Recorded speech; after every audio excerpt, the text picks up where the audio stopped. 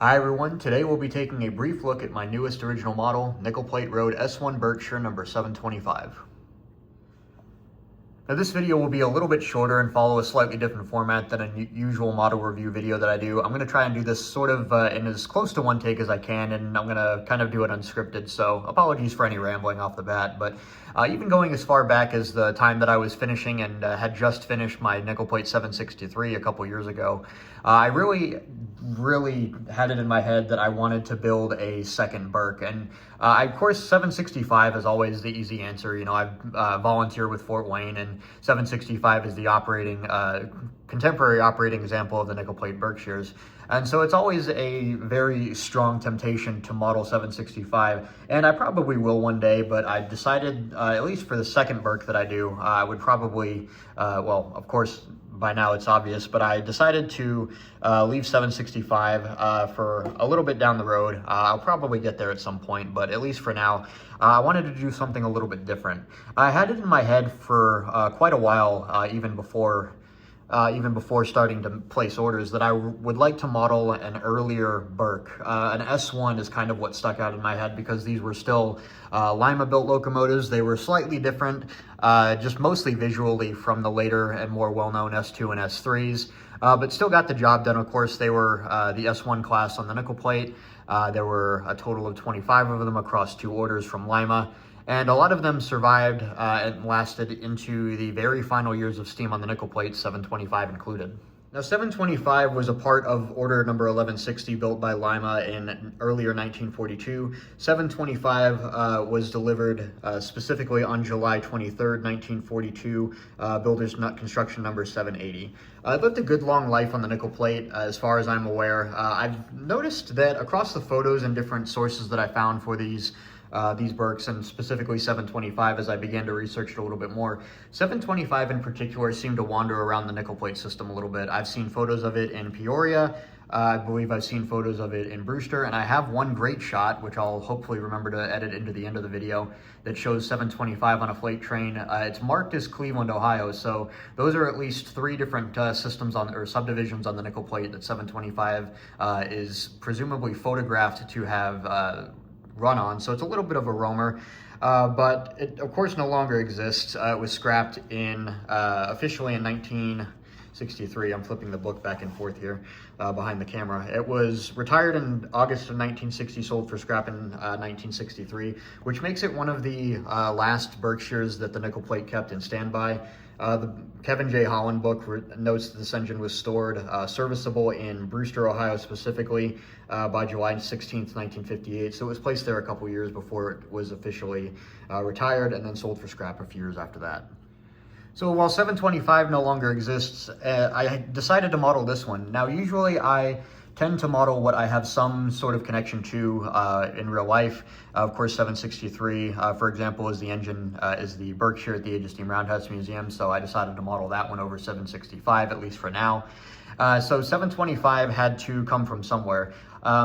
One of the reasons that I decided to model 725 is that I had a couple of decent photos on it, or was able to find a couple of them in addition to the one that I already mentioned. But one of those in particular I found online was a shot of the locomotive from the fireman's side as you're looking at it now in May of 1949. And for a couple of different reasons, May of 1949 is really the target date that I try to aim for with my modeling. Post-war 1940s is kind of the overall scope. Early 1950s I tend to get into a little bit. Of course, these are not hard and fast rules. I model a lot of different things, and there are some earlier equipment and some later equipment towards the more later ends of the transition era specifically that I do model. So I'm never perfectly matching everything up within a time period. But May of 1949, or at least kind of the late spring, early summer of 1949 is what I tend to aim for. As close as I can get to that, the happier that I am. So I had a really good photo, or was able to find a really good photo of 725 looking just like this, taken from that time. So that was one of the reasons that I decided to model this one. The other, and perhaps the bigger reason, is that does actually bring us back to the Age of Steam Roundhouse Museum. If you were to walk from stall 6 to stall 1 as part of the tour path, you'd walk along the front of the engines, passing by 763, passing by the fronts of stall 3, stall 2, stall 1, and then you'd get to the corner to stall 1 to turn into or towards the back shop. Just before that corner, there is a sort of a bulletin clipboard section of the wall that has a lot of different historic papers on it and locomotive inspection forms and things like that. One of the papers that is actually clipped up on there, at least as far as I know currently, as of the time of this recording in February 2026, is a daily inspection report form for nickel plate 725. And having been photographed in Brewster, Ohio, it is at least possible that this engine could have run down the Zanesville branch at one point, which is the branch of track that Aegis Steam connects to in the modern day.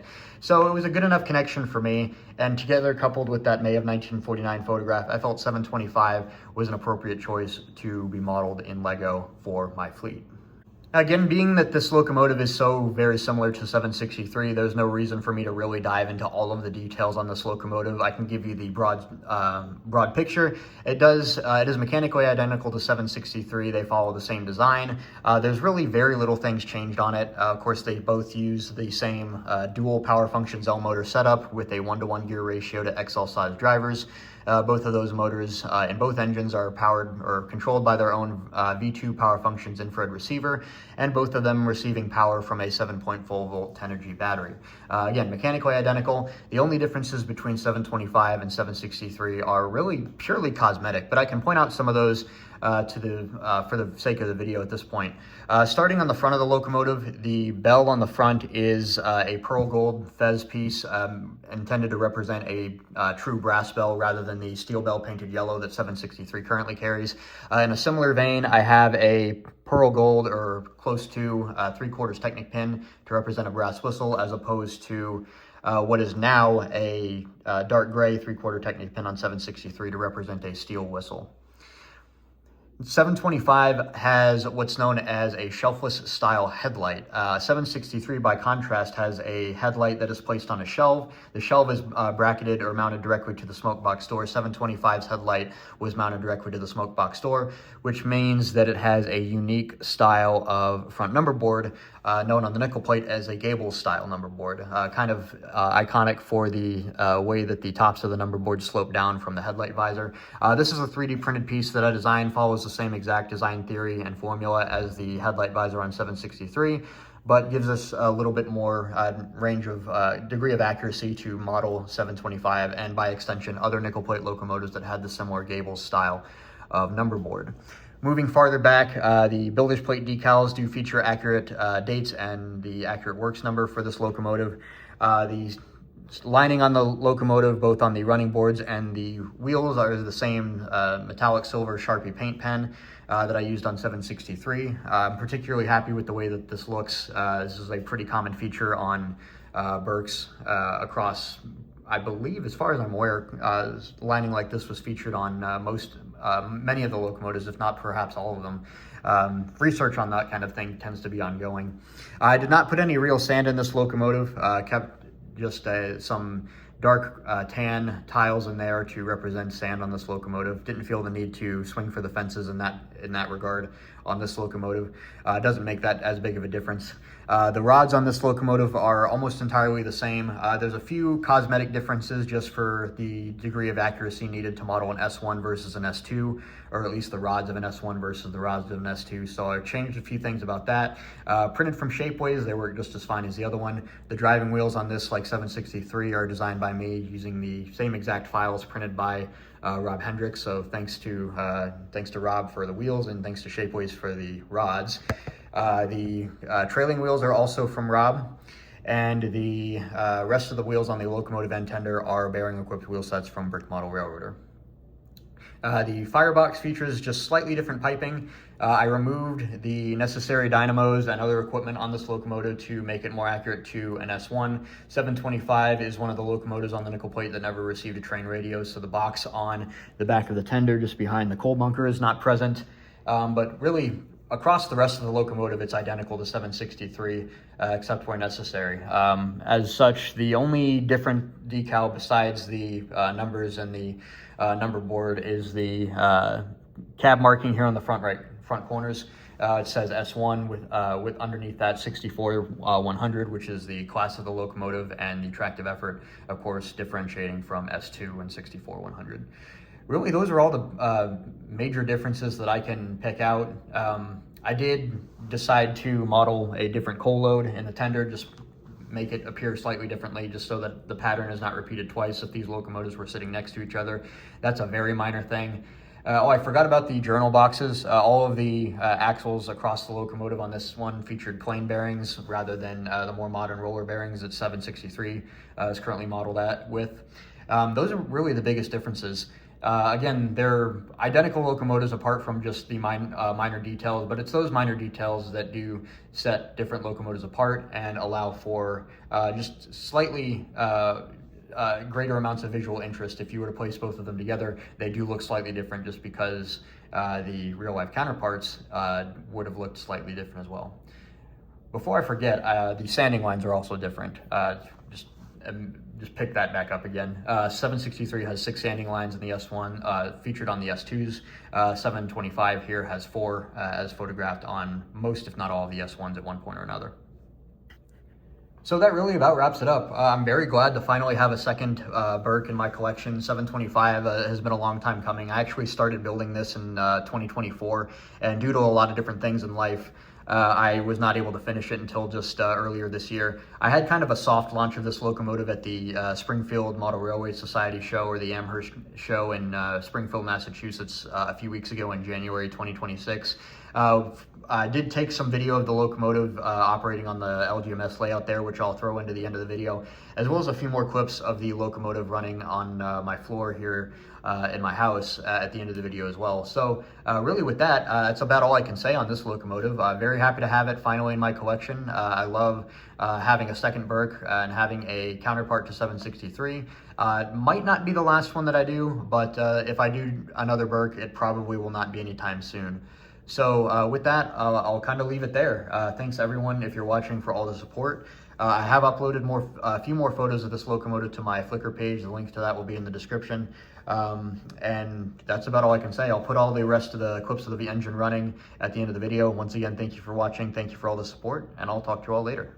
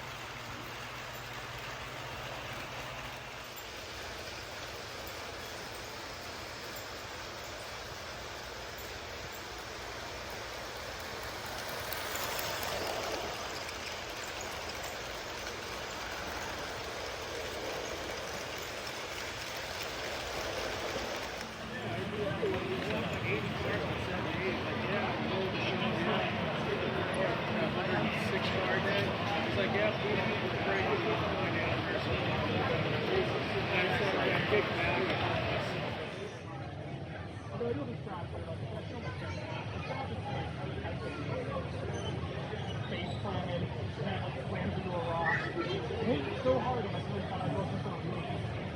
I did fine, totally fine, I got